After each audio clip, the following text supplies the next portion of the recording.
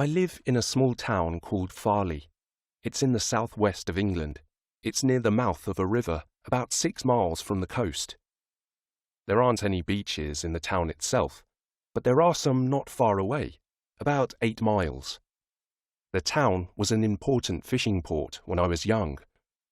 My dad worked in the harbour, bringing fish off the boats and selling them to the local shops, restaurants and traders from further away. In my granddad's time, the port was even more important. Back then, coal, food, wood, cloth, and all kinds of things were brought here by sea. That's why there are so many small houses beside the river. They were built about 130 years ago for the port workers and fishermen. Now they are empty for most of the year. They were bought as second homes. The owners stay in them for a few weeks a year and rent them out for the summer. But for the rest of the year, nobody lives there. It's such a shame. This busy, important town is now silent.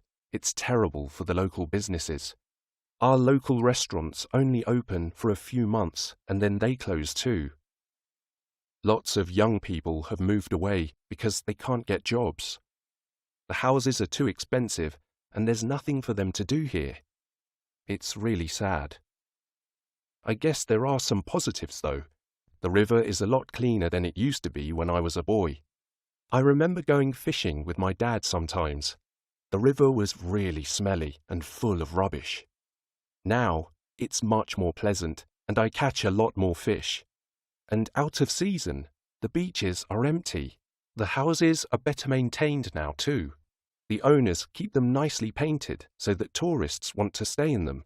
And there's work for the people who remain here as gardeners, cleaners. I do that sort of work myself, vacuuming and changing the sheets and towels between guests.